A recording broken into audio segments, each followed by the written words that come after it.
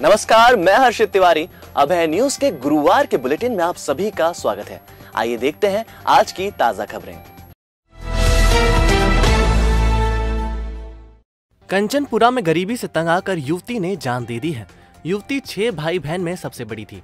पिता की मौत के बाद पूरा परिवार ननिहाल में आकर रहने लगा था। घर का खर्च चलाने के लिए माँ बेटी बर्तन मांजने जाती थी। मामले में माधवनगर थाना पुलिस जांच कर रही है। कंचनपुरा में रहने वाली 18 वर्षीय साक्षी रायकवार ने गुरुवार सुबह घर में साड़ी का फंदा बनाकर आत्महत्या कर ली। साक्षी के पिता अनिल की मौत हो चुकी है। पिता की मौत के बाद मां 6 बच्चों को लेकर इंदौर से उज्जैन स्थित कंचनपुरा मायके शिफ्ट हो गई थी, लेकिन माली हालत ठीक नहीं होने की वजह से साक्षी और उसकी मां बर्तन मांजकर गुजर बसर कर रहे थे। गुरुवार को साक्षी काम से लौटी और घर के ऊपरी कमरे में बल्ली पर साड़ी का फंदा बनाकर मौत को गले लगा लिया। घटना के वक्त घर के बाकी सदस्य नीचे थे। मां जब काम से लौटी तो उसने बेटी को फांसी के फंदे पर लटका देखा। चिल्ला चोट की आवाज सुनकर घर के बाकी लोग वहां पहुंचे और साक्षी को फंदे से उतारकर जिला अस्पताल लेकर पहुंचे, जहां मौजूद चिकित्सकों ने उसे मृत घोषित कर दिया। माधवनगर थाना पुलिस ने शव को पैनल पीएम के बाद परिजनों को सौंप दिया है। मामले की जांच की जा रही है। भूमाफिया प्रदीप महेश्वरी पर प्रशासन ने शिकंजा कसना शुरू कर दिया है। उस पर गैर जमानती धाराओं में प्रकरण दर्ज किया गया है। नागदा खाचरोद रोड के सर्वे नंबर 486 पर अवैध कॉलोनी काटने वाले भूमाफिया पुरुषोत्तम महेश्वरी पर प्रशासन ने टेढ़ी निगाहें कर ली हैं। उज्जैन कलेक्टर आशीष सिंह की नाराजगी के बाद खाचरोद नगरपालिका सीएमओ संजय श्रीवास्तव ने अवैध कॉलोनी काटकर करोड़ों रुपए की अवैध आय अर्जित करने वाले भू माफियाओं पर एफआईआर दर्ज कराने के लिए खाचरोद पुलिस को दस्तावेज सौंपे थे। बुधवार की शाम से ही नगरपालिका सीएमओ संजय श्रीवास्तव, बीएल पाटीदार सहित नगरपालिका का अमला 3 घंटे तक खाचरोद पुलिस थाने में डेरा डालकर बैठे रहे। खाचरोद पुलिस ने अवैध कॉलोनी काटने वाले प्रदीप महेश्वरी, पिता राम गोपाल महेश्वरी पुरुषोत्तम के विरुद्ध मध्य प्रदेश नगर पालिका अधिनियम की धारा 339 के अंतर्गत गैर जमानती धाराओं में प्रकरण दर्ज किया है। गौरतलब है कि शासकीय भूमि पर अतिक्रमण कर अवैध कॉलोनी काटने की खबर को अभय न्यूज लगातार दिखाता आया है। अभय न्यूज की खबर का असर फिर एक बार देखने को मिला है। प्रदेश में भू माफियाओं के खिलाफ जो कार्रवाई चल रही है उसके संदर्भ में खाचरोद में अगर कार्रवाई की बात करें तो खाचरोद में शासकीय भूमियों पर कब्जा जमाने वाले, अवैध अतिक्रमण करने वाले भू माफियाओं पर आज दिनांक तक खाचरोद प्रशासन द्वारा कोई प्रभावी कार्रवाई देखने को नहीं मिली है। उज्जैन कलेक्टर आशीष सिंह के दिशा निर्देश के बाद 486, 487, 488 की भूमि पर अवैध कॉलोनी काटने वाले भू माफियाओं के खिलाफ प्रकरण कायम करवाने के लिए दिशा निर्देश प्राप्त हुए हैं और उसी के तारतम्य में आज खाचरोद पुलिस थाना द्वारा भू माफियाओं के खिलाफ प्रकरण कायम करवाया गया है। अब हम देखेंगे कि आगे शासकीय भूमि को किस तरह से प्रशासन माफियाओं से मुक्त कराएगा। देवास बस स्टैंड पर सुबह उस समय अफरा तफरी मच गई जब बस का ब्रेक फेल होने के चलते वह शौचालय के पास ओटले पर जाकर चढ़ गई। गनीमत ये रही कि सुबह होने के चलते कोई यात्री चपेट में नहीं आया, नहीं तो बड़ा हादसा हो जाता। दरअसल सैलानी बस सर्विस की बस MH15AK0866 देवास से सावेर, देपालपुर, बेटमा और धार सवारी लेकर जाती है। गुरुवार सुबह करीब 8 बजे चालक बस को बस स्टैंड लाकर खड़ी कर रहा था। इसी दौरान अचानक बस का ब्रेक फेल हो गया और बस सुलभ शौचालय के पास शिव शक्ति पान की दुकान के पास बने ओटले पर जाकर चढ़ गई। गनीमत ये रही कि बस पान की दुकान से जाकर नहीं टकराई। साथ ही सुबह होने के चलते बस स्टैंड पर लोगों की भीड़ नहीं थी, नहीं तो कोई बड़ा हादसा हो जाता। गौरतलब है कि कई बार बस स्टैंड पर इस तरह का हादसा हो चुका है और लोगों की जान तक जा चुकी है।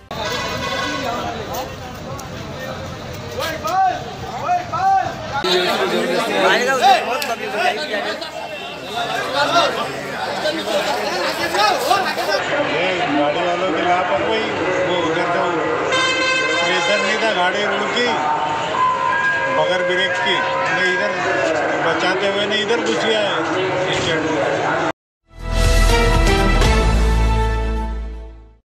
महिदपुर शहर में सामाजिक संस्था द्वारा पक्षियों को बचाने और उनकी प्यास बुझाने के लिए एक अनूठा प्रयास किया गया। सर्वधर्म एकता समिति द्वारा शहर के चौक बाजार में लोगों को निःशुल्क मिट्टी के पात्र बांटे गए। साथ ही उन पात्रों में पानी भरकर घर के आसपास रखने की अपील की है। ताकि गर्मी के मौसम में पक्षी अपनी प्यास बुझाकर जीवित रह सकें।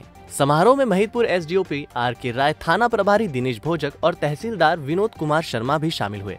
उन्होंने सभी लोगों को निःशुल्क मिट्टी के पात्र वितरित किए।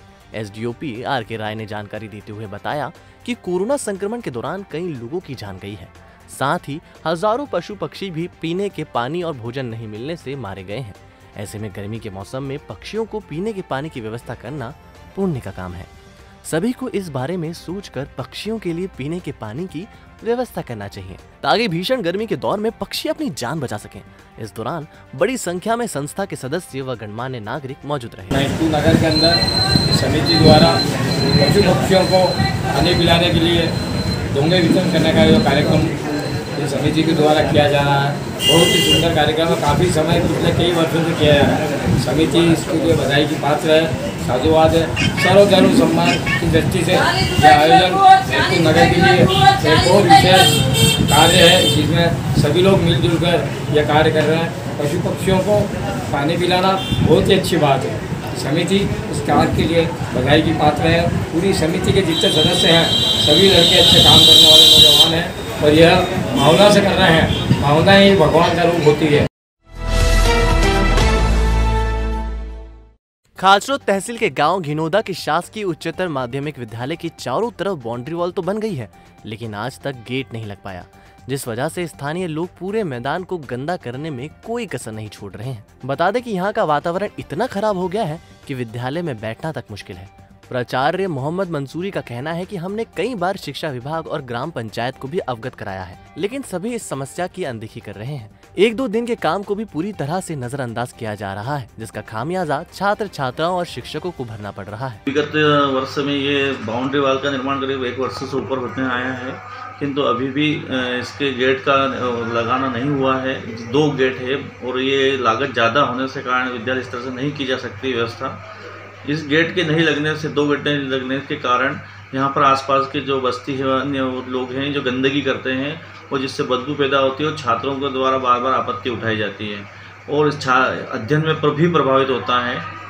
साथ ही यहाँ पर छात्र संख्या के अनुसार और जो पुराने वर्षों की भवन होने के कारण बैठने में भी अव्यवस्था होती है, इसलिए यहाँ पर कम से कम 4 से 5 कक्ष, अतिरिक्त कक्ष की आवश्यकता है और इस स्तर से विद्यालय स्तर से वरिष्ठ स्तर को अवगत कराया जा चुका है। और जो गेट है इस स्तर पर भी हमें सरपंच महोदय को भी अवगत कराया था और पीडब्ल्यूडी विभाग को भी अवगत करा दिया गया है, किंतु इस स्तर पर कोई कार्रवाई नहीं हुई है अभी तक, अपेक्षित कार्रवाई। शिक्षकों की व्यवस्था है, परंतु अभी गणित और जो भूगोल आदि विषय में अतिथि रखे गए हैं, इससे भी जो नियमित शिक्षक की पदस्थापना होती है तो आगे अध्ययन में सहायक होगी। साथ ही हमें यहाँ पर जो है फर्श निर्माण नहीं है, बारिश के दिनों में दलदल हो जाता है, जिससे मैदान में चलने में छात्रों को सुविधा होती है। इससे यहाँ पर सीमेंट कंक्रीट भी अगर हो जाता है पंचायत स्तर या अन्य मत से, तो ये एक छात्रों के हित में होगा।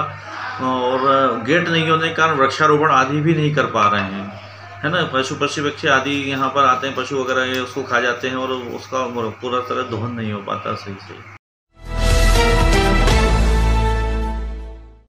तो आपने देखी उज्जैन जिले की खास खबरें। आपको हमारा बुलेटिन कैसा लगा, इसका फीडबैक कमेंट सेक्शन में जरूर दीजिएगा। कल फिर मिलेंगे नए बुलेटिन के साथ। नमस्कार।